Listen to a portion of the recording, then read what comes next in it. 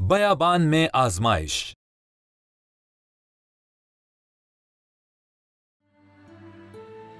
खुदा का रूह यस्सु को बियाबान में ले गया।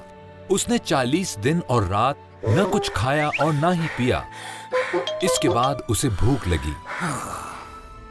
ये जानते हुए कि यस्सु को भूख लगी है, शैतान ने उसे आजमाया।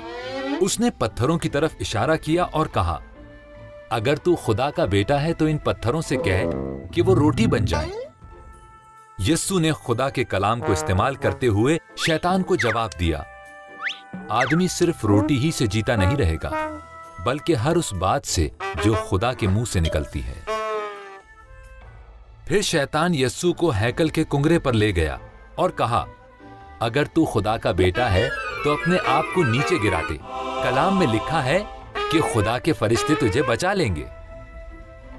बस यस्सु ने उसके दूसरे सवाल का जवाब भी खुदा के कलाम से दिया, खुदावंद अपने खुदा की आजमाइश न कर। उसने फिर बाइबल में से हवाला दिया।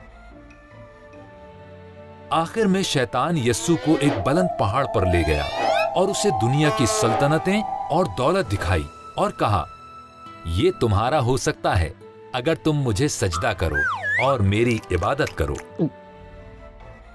यस्सु ने उसे हुक्म दिया, ऐ शैतान दूर हो। उसने एक बार फिर खुदा के कलाम का हवाला दिया और कहा, लिखा है कि तू खुदावंद अपने खुदा को सजदा कर और सिर्फ उसी की इबादत कर।